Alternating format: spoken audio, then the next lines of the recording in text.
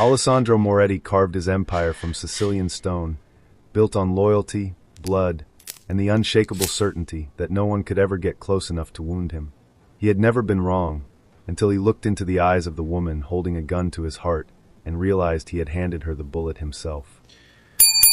The mission was supposed to be a masterclass in manipulation: infiltrate the inner circle, earn the lion's trust, and deliver the killing blow. But Lucerra Vélez wasn't just another asset to be used. She was a woman trapped between a killer's orders and a lover's heart. And when Alessandro finally exposed his soul to her, Lucerra faced a choice that would burn both their worlds down: pull the trigger for the man who owned her past, or die for the man who could give her a future. Alessandro Moretti lived by a singular, ironclad rule. He did not go to things, things came to him. From his fortified office overlooking the Palermo coast, he orchestrated the movements of 1,000 shadows, never once feeling the need to step into the light for a mere introduction. So when he sent Enzo, his most trusted lieutenant, to vet the new logistics consultant, he expected a standard report by dinner. He didn't expect a frantic call 20 minutes later. "Alessandro, you need to get down here." Enzo's voice crackled with a rare, unsettled energy. "She's pulling apart the Adriatic routes. She's found the bleed in the third quarter ledgers, and she's doing it with a smile." Alessandro arrived unannounced, sliding into the back of the darkened conference room like a predator reclaiming his territory. He leaned against the doorframe, silent, taking a slow, predatory inventory. Lucerra Vélez was not what he expected. She didn't possess the frantic energy of a corporate climber. She moved with a stillness that was far more dangerous. She wore a tailored suit that emphasized her curves without once compromising her authority, a visual paradox that commanded the room's geometry. She was mid-sentence, pointing at a projected heat map of Mediterranean shipping lanes. "Your assumptions about the Port Authority in Gioia Tauro are 20 years out of date," she said, her voice like smooth bourbon, rich, warm, and deceptively potent. "You aren't just losing money, you're losing time. And in your business, time is the only thing you can't buy back." She didn't turn when he approached. She didn't flinch when his shadow fell across her maps. She waited until he was 2 feet away before she finally looked up. Her eyes weren't filled with the usual fear or forced flirtation he encountered. Instead, she looked at him with the calm scrutiny of a master jeweler examining a flawed diamond. "You're Alessandro," she said. It wasn't a question or an act of deference. It was a simple identification of a fact. "And you're late," Alessandro countered, his voice a low rumble that usually made men tremble. Lucerra didn't blink. "I was on time. You were the one who wasn't in the room." He sat. For the first time in a decade, Alessandro Moretti sat across from someone and realized he had no idea how the conversation would end. He found himself captivated not just by the sharp fire in her eyes, but by the untamed spirit that seemed to vibrate beneath her professional exterior. By the end of the hour, he pushed a contract across the table, a deal that would give her unprecedented access to his inner workings. She didn't sign it. She tucked the papers into her leather portfolio, stood up, and offered a curt nod. "I'll review the terms. You'll hear from me by morning." He watched her walk to the elevator, his gaze fixed on the sway of her hips and the set of her shoulders. The following morning, he called the high-end firm that had recommended her. The referral was immaculate, a golden pedigree of success. Miles away, in a room draped in shadows, Lucerra's phone buzzed. "He's interested," she told Marco DeSantis, her voice trembling only slightly. "Personally, not just professionally. This will work." "I know," Marco replied, his voice a cold, thin blade. "That's why I chose you." The work was real. That was the trap within the trap, the jagged edge that made the deception so effortless and yet so dangerous. Lucerra was genuinely brilliant, her corporate persona a reflection of a mind built for complexity, and Alessandro responded to her competence the way other men responded to beauty. He began to peel back the layers of his empire, granting her access to the sensitive infrastructure of his port operations and the intricate web of his financial routing. Late nights became their ritual. They worked in his private office, a room of mahogany and shadows where the air always smelled of aged tobacco and expensive leather. His security detail remained outside, silent sentinels beyond the heavy doors. Inside, it was just the two of them, leaning over expansive maps and digital ledgers. Their voices dropped to low, urgent tones as they argued over supply chain vulnerabilities. Alessandro stood behind her chair one evening, leaning over her shoulder to point at a contested shipping lane near Malta. He stayed there a beat longer than necessary. Lucerra could feel the radiant heat of him, catching the scent of something rare, a subtle, expensive cologne that couldn't quite mask the raw, masculine energy beneath it. She kept her eyes fixed on the map, her heart a steady drum against her ribs. "Here," he murmured, his voice dropping into a quiet rumble that vibrated in the small space between them. His hand rested on the table beside hers. They weren't touching, yet she was acutely aware of the scant inch of air separating his skin from hers. "I see it," she said, her voice a marvel of professional stability. Technically, she was pleased with herself. She was exactly where Marco needed her to be. But alone in the silence of her own room later that night, she examined the memory with a clinical detachment that was becoming increasingly difficult to maintain. Alessandro, for his part, began finding reasons for the nights to run long. The standard coffee was replaced by vintage wines. The stiff silences were filled with questions that had nothing to do with logistics. He asked about her childhood, her favorite cities, the things she feared. Small, casual inquiries slipped into the conversation like hidden blades. He was mapping her, performing a quiet cartography of her soul, and he didn't think she noticed. She noticed. She simply let him believe his curiosity was his own secret. Every night, she sent her reports to Marco DeSantis. They were masterpieces of precision, security blind spots, guard rotations, the exact location of Alessandro's panic room. She was doing her job. She was saving her family. She repeated these facts to herself like a mantra, a necessary shield for the moments when she caught herself genuinely laughing at his dark humor, or when the fire in his eyes made her forget, for a split second, that she was the one who had brought the match. The Sicilian estate was more than a house. It was a sanctuary of stone and citrus trees, tucked away where the air tasted of salt and rosemary. At dusk, the light changed, softening the lethal edges of Alessandro's silhouette as he walked her through the gardens he had planted with his own hands. There was something quietly, dangerously intimate about watching a man like Alessandro Moretti, a man built for destruction, show her where things grew. Inside, after a dinner that stretched long in a fire that had burned down to glowing embers, the atmosphere shifted. It happened because she had reached out, her fingers grazing the edge of the lion tattooed on his chest before she could catch herself. He looked down at her hand, then up into her eyes, his voice a low vibration in the quiet room. "You can ask," he said. So she asked. Alessandro didn't perform, he revealed. He showed her the tattoos and the scars beneath them, but the stories weren't romantic. They were violent, lonely chronicles of a man who had made peace with the blood on his hands a long time ago. Yet, the telling was more intimate than any physical touch could have been. Sitting so close that their knees nearly brushed, Lucerra watched the firelight dance across the open collar of his shirt. She was acutely, uncomfortably aware of him in a way that had stopped feeling like mission data and started feeling like a weight in her chest. "You're not afraid of any of this," he said, his gaze fixed on her face, searching for a flinch that never came. "Should I be?" He looked at her for a long moment, the silence between them thick and heavy. "Everyone else is. Maybe everyone else hasn't sat across from you at 2 a.m. and beaten you at your own numbers," she countered, her voice barely a whisper. Something shifted in his expression, not a smile, but the raw warmth from which a smile is born. He reached out, his hand moving slowly, deliberately, as he tucked a stray strand of hair behind her ear. His fingers barely grazed her jaw, a ghost of a touch that felt like a question he wasn't yet ready to voice. Lucerra didn't pull back, but she didn't lean in. She simply held still, the air between them charged with a sudden, electric texture. When he finally withdrew his hand, the loss of his touch felt like a physical chill. "It's late," he said softly, looking back at the fire. That night, lying in the guest room, Lucerra listened to the heavy silence of the house that contained him. She called Marco as the sun began to bleed over the horizon, her voice sounding hollow even to her own ears. She asked for 2 more weeks. "You're either losing your focus," Marco replied, his voice a cold warning through the line, "or losing yourself." Lucerra didn't answer. She wasn't sure which one was true anymore, but she knew the trap was no longer just for Alessandro. It was closing around her, too. The transition from the warmth of the Sicilian estate to the cold steel of the city felt like a physical blow. Lucerra sat in the back of a blacked-out sedan, the leather seats smelling of nothing at all, clinical, sterile, and dead. Marco DeSantis sat beside her, his face a pale mask in the flicker of passing streetlights.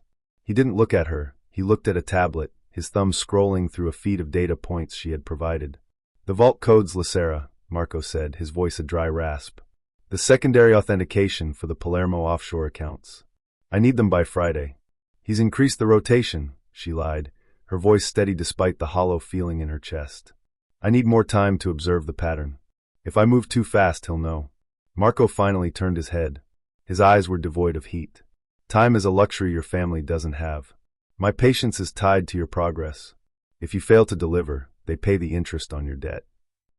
When she returned to her apartment, she found the violation waiting for her. It wasn't a broken lock or a ransacked room. It was a single photograph placed perfectly in the center of her dining table.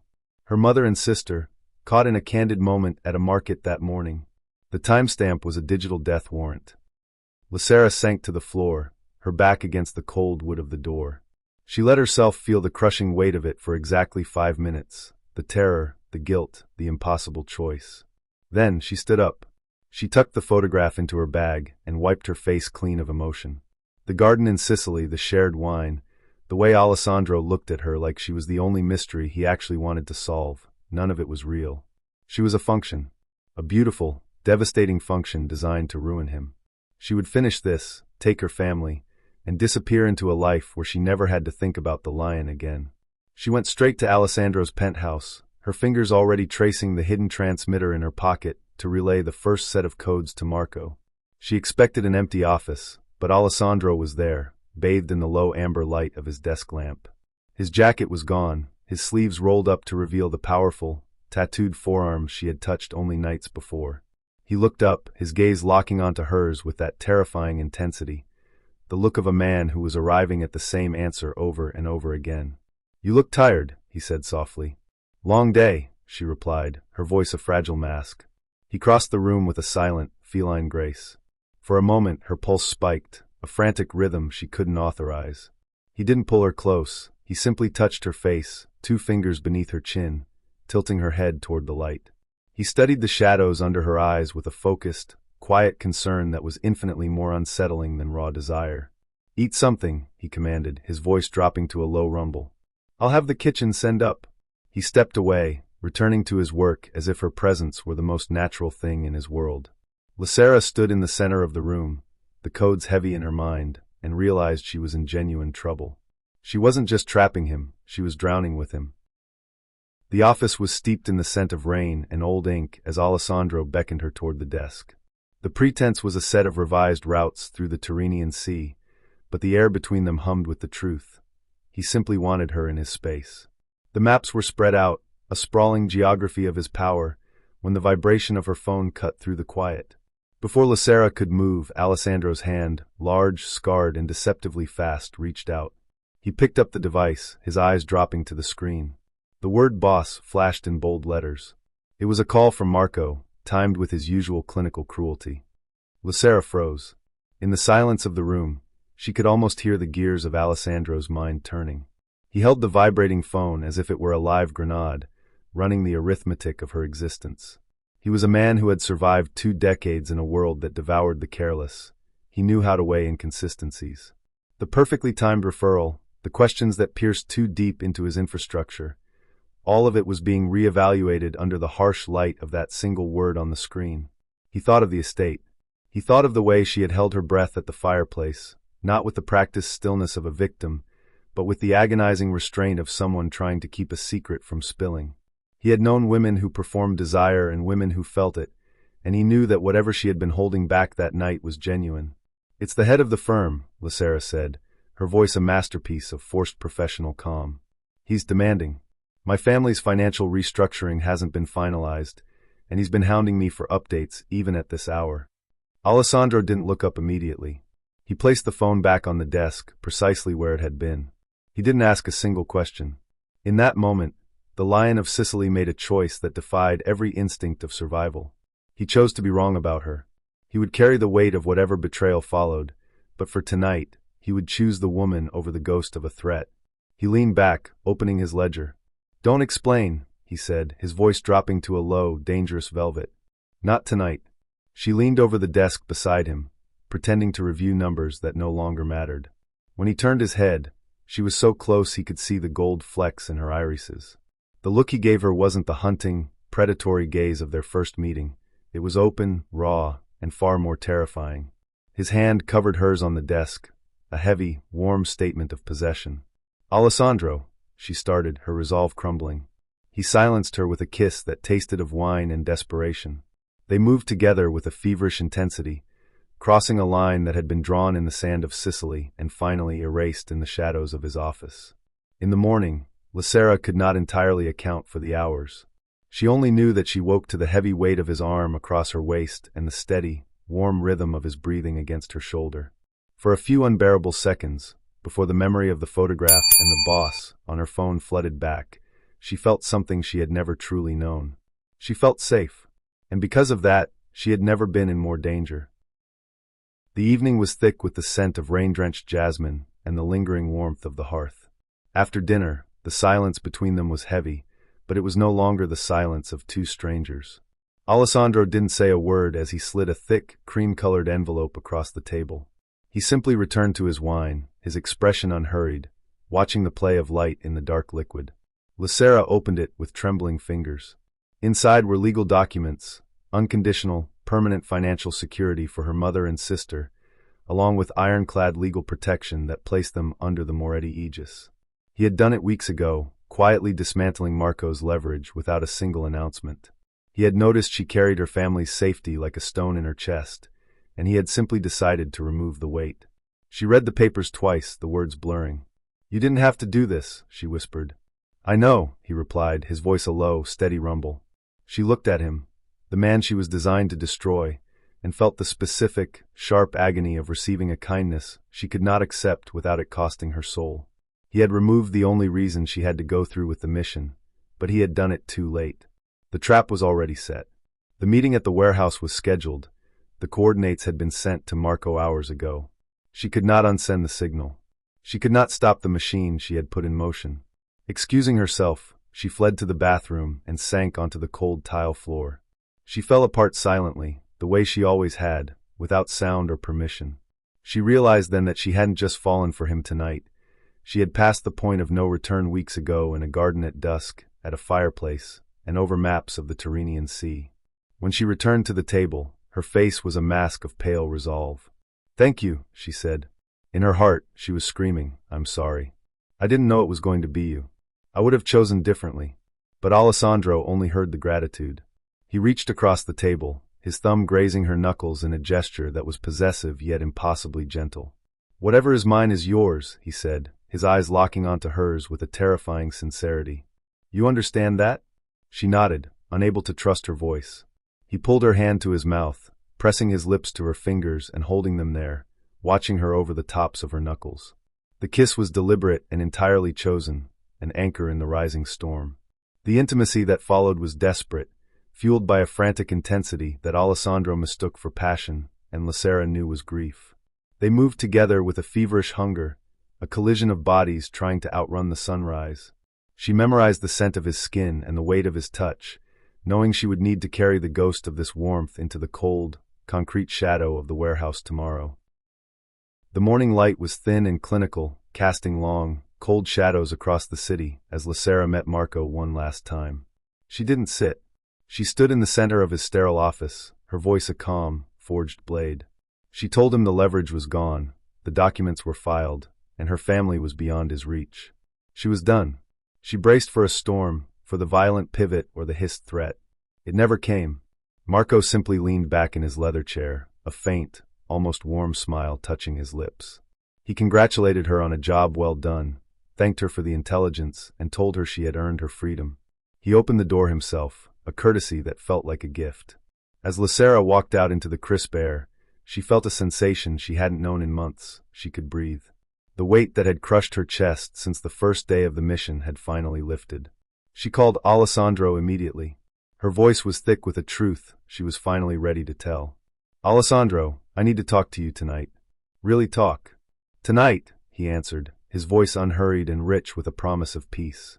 "Just come home." The word home landed in a place she hadn't given him permission to touch, anchoring her to a future she had started to believe was possible. But 20 minutes later, the anchor snapped. Alessandro called back, his tone laced with a professional confusion. "Lucerra, the meeting location just changed. My logistics team, says there's a structural issue at the original site. They're redirecting the convoy to the secondary warehouse in the industrial district. Did you flag an alert on the portal? Lucera's blood turned to ice. The redirect had come through her credentials, the digital signature she had used for months to map his world. She had never issued the command. The realization hit her with the force of a physical blow. Marco hadn't given her an exit because he was finished with her. He had given her an exit because the trap was already closing. The freedom he offered was a courtesy to get her out of the blast zone, while he used her own codes to lead Alessandro to the slaughter. Marco hadn't just used her to find the lion. He was using her ghost to kill him. "Alessandro, don't go!" she screamed into the phone, but the line was already dead. He was moving. He was trusting the coordinates she had supposedly provided. She ran for her car, the engine roaring as she tore through the streets of Palermo. She drove like a woman possessed, weaving through traffic with a desperate, white-knuckled intensity. She wasn't trying to stop the mission anymore. She wasn't trying to save her cover or her family. She was driving toward the only man who had ever looked at the broken pieces of her life and tried to make them whole, knowing with a sickening certainty that she was the one who had handed his enemy the map to his heart. The industrial district was a graveyard of rusted steel and broken glass, the air tasting of ozone and old oil. Lucera arrived breathless, her heart a frantic hammer against her ribs, but the silence that met her was the loudest sound of all. She didn't reach him in time. The warehouse floor was a map of the struggle that had just ended. Overturned crates, shattered light fixtures, and two of Marco's men being dragged away by their comrades evidenced the truth. Alessandro Moretti, even ambushed and outnumbered, had made them earn every inch of his blood. He was in the chair when she walked through the heavy steel doors, forced to stand at Marco's right hand. Alessandro was bloodied, a jagged cut reopening on his cheek and a dark bruise blooming beneath his left eye. His shirt was torn at the collar, the lion on his chest visible and mocking in the harsh overhead light. He was breathing slowly, his posture maintaining a quiet, leonine authority even in restraints. When the door groaned open, his eyes found hers immediately. This was the moment from the hook, the frozen frame of the hunter and the trap, but now the full, agonizing weight of it settled between them. It wasn't just betrayal, it was recognition. Lucera watched him process her presence, watching the precise second he understood that the phone he had found in his office, the one he had looked at and chosen to ignore, was the very thing that had led him here. He realized that the silent choice he had made to trust her was always going to end in this room. Alessandro didn't spare a glance for Marco. He looked only at her, as if his rival were a mere inconvenience, and she was the only thing of consequence left in the world. Marco began to speak, his voice a thin, oily rasp. He was enjoying the theater of it, the psychological surgery of explaining Lucera's role in clinical detail. He recounted her access, her nightly reports, and the specific intimacies she had exploited to map Alessandro's soul. He leaned in, searching Alessandro's face for the crack, the moment of shattered pride or explosive rage. He didn't find it. Alessandro's jaw tightened once, a brief flicker of tension, and then his gaze returned to Lucera. What she saw in his eyes was not the humiliation Marco expected. It was grief, deep, silent, and ancient. And beneath the grief, something steadier remained. It was a look of impossible, devastating absolution. He spoke then, his voice a low, quiet rumble in Sicilian. Marco didn't understand the dialect, but Lucera, who had studied it as a weapon for this mission, felt the words pierce her. "I found the phone," he said, his eyes never leaving hers. "I knew. I chose you anyway. Don't let that be for nothing." Marco's smile didn't reach his eyes as he pulled a cold, heavy semi-automatic from his waistband. He pressed the grip into Lucera's shaking palm, his fingers curling hers around the steel to prove a loyalty that no longer existed. "Finish the mission, Lucera," Marco whispered. "Prove you're mine." The heavy semi-automatic felt like a block of ice in Lucera's palm. 3 feet of suffocating air separated her from Alessandro, his blood dripping rhythmically onto the concrete floor. Marco stood behind her, a shadow of cold expectation, waiting for the killing blow that would cement his victory. But Alessandro wasn't looking at Marco. He was looking at her face, his eyes steady, waiting to see who she would choose to be. Not the consultant, not the honey trap, but the woman beneath the layers of deception. In the silence, Lucera's mind raced back to the garden at dusk, the warmth of the fireplace, and the way he had kissed her knuckles as if she were a queen rather than a ghost. Whatever is mine is yours. He had known the truth and loved her anyway. He had offered her his heart, knowing it was a target. She made her choice. With a fluid, violent motion, Lucerra didn't pull the trigger on the man in the chair. She pivoted, the muzzle of the gun sweeping across the room toward Marco's primary enforcer. The crack of the first shot fractured the warehouse's stillness. In that same heartbeat, the room erupted. Alessandro didn't just stand, he exploded from the chair. He had been working the restraints since the moment he sat down, his thumb surreptitiously pressing the red alert frequency hidden beneath the stone of his signet ring. He hadn't just been waiting for Lucerra, he had been buying time for the lion's pride to arrive. The heavy steel doors of the warehouse were blown off their hinges as hundreds of Moretti's men swarmed the floor, far outnumbering the small elite team Marco had brought for his theatrical execution. The air turned to lead and cordite. Lucerra fought with a feral, specific ferocity, no longer a pawn but a shield. She moved in sync with Alessandro, a lethal union forged in betrayal and tempered by fire. Marco de Santis, seeing the board tilt irrevocably, did what men of his breed always do. He chose survival over pride. Surrounded by the chaos of his collapsing trap, he retreated into the shadows of a rear exit, his face a mask of calculated fury. He was displaced, but not destroyed. As he vanished into the night, the message was clear. The game wasn't over, it had simply changed. Alessandro stood amidst the spent shells and fallen men, his breathing heavy, his shirt stained crimson. He turned to Lucerra, who still held the smoking gun, her chest heaving. He didn't speak. He simply reached out and took the weapon from her hand, replacing it with his own, scarred palm. In the wreckage of the warehouse, they were no longer hunter and prey. They were something far more dangerous. Two people who had nothing left to lose and everything left to burn.